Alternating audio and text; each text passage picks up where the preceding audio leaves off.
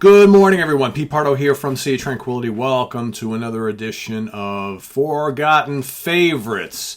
This is the show we're doing each and every day throughout the month of August, where we're going to be looking at perhaps some rarities, some obscure releases, or maybe little-known releases from some, more notable acts, right? So the important thing is, we've had all sorts of people comment on the title of the show, Forgotten Favorites, but I never heard of this album. How could it be forgotten if I've never heard of it? Well, I'm talking about, I call it Forgotten Favorites because these are favorites of mine, and maybe there's some albums that I've forgotten about or that you might have never heard, or maybe you've forgotten about as well. So don't get too hung up on the title, and let's make it clear right now. This is the show for people who are interested in finding out about some stuff, either past, present, whatever, that they may never have listened to before, or maybe heard about these bands or heard about this album but never listened to them.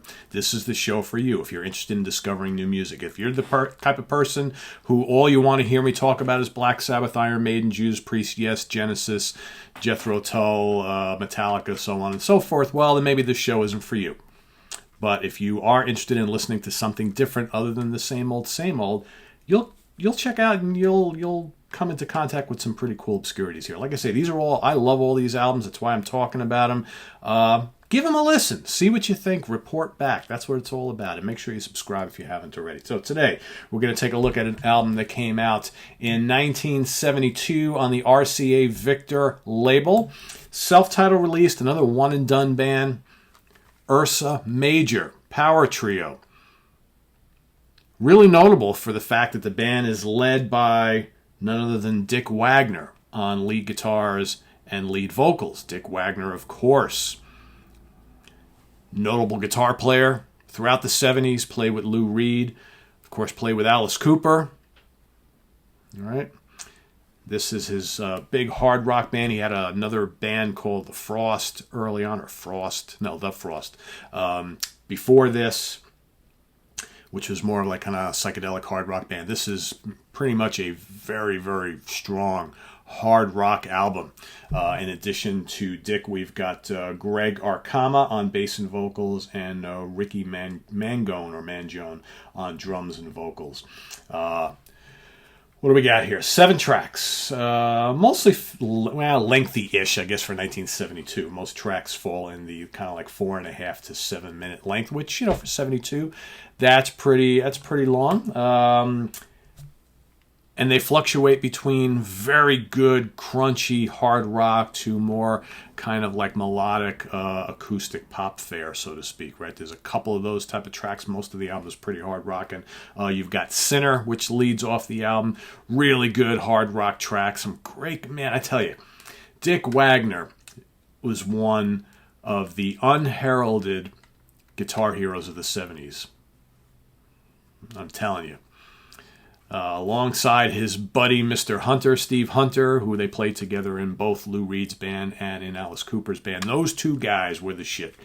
And it's no surprise that, you would see them pop up all over the place on Aerosmith albums and Kiss albums and, what have you. These guys were really good. So Mr. Wagner, and he's a really good singer too.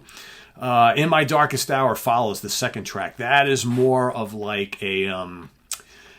I don't know if you guys are familiar with like early Grand Funk Railroad. They're more moody, melodic, mellow stuff, atmospheric. That's In My Darkest Hour.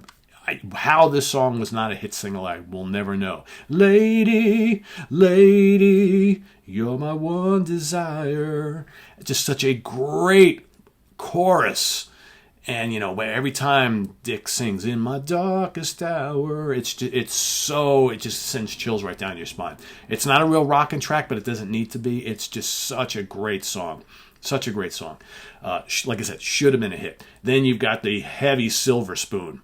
All right, great riffs. If you guys like Mountain, right, similar period Mountain.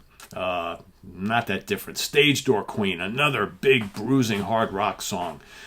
Great guitar solos, great riffing, strong vocals. The rhythms are pounding. There's some Mr. What's his name again? Arkama. He's trying to do some like Bonham-ish drum stuff on this album, which is pretty cool.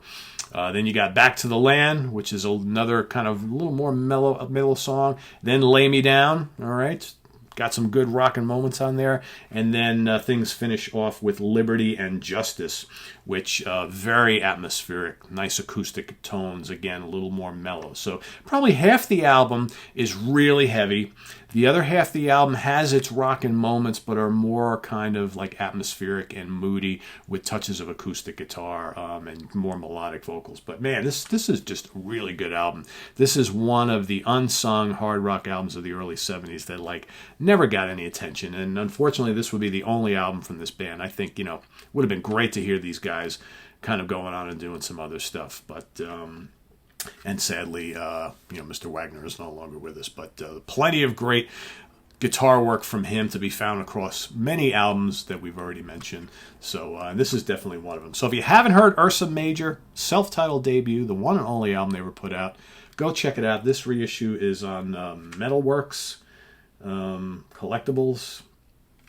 I don't know. I've had this for a while, but I know this has been reissued numerous times. But check it out. And while you're at it, visit us on the web at www.seaoftranquility.org. We're on Facebook, we're on Twitter. Of course, we're here on YouTube all the damn time. Like I said, please subscribe if you haven't already and click on that notification bell so you don't miss any of our content. If you want to make a channel donation, we've got the link to our Ko-Fi page below, as well as the link to our merch page, which has all sorts of cool Sea of Tranquility shirts and hoodies and hats and caps and stickers and coffee mugs for all the various shows we do on the channel, the Hudson Valley Squares, the Monsters Den, in the Proxy. We even have some merch from my second channel, Comic Book Geezers, which if you haven't checked that out and you're a fan of like vintage comic books, please go over, check us out, and subscribe over there. Myself and my good friend Wild Bill, we man that channel over there along with our other good friend Kirk, who appears occasionally as well. So that's all about older guys like us just showing and talking about the love for comic books from the 60s, 70s, and 80s. So, lots of good stuff happening. Stay tuned. Coming right up, the debut of Album Homework Assignment, first episode featuring Jamie Laszlo and Rick Labonte going head-to-head. They've each given each other their album assignments. They've had a week to digest each one of them. They're going to talk about them, what they liked, what they didn't like about each assignment. So that's coming up, episode number 1, which will be airing each and every Sunday. Week number 2. We've got myself and Martin Popoff going at it with Jamie moderating. So we've each given each other our assignments. So it'll be cool to kind of talk about those next week.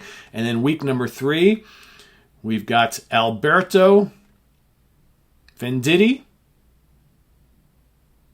Sorry, I did it again. Armando. Geez, why Alberto? It's the Italian name Armando. I'm really sorry. I did it again. Armando Venditti. Why do I keep wanting to say Alberto? This must be an Alberto that I've been thinking of a lot lately. Oh, you know why? It's one of those damn Italian prog bands. That's what it is. Armando, I apologize.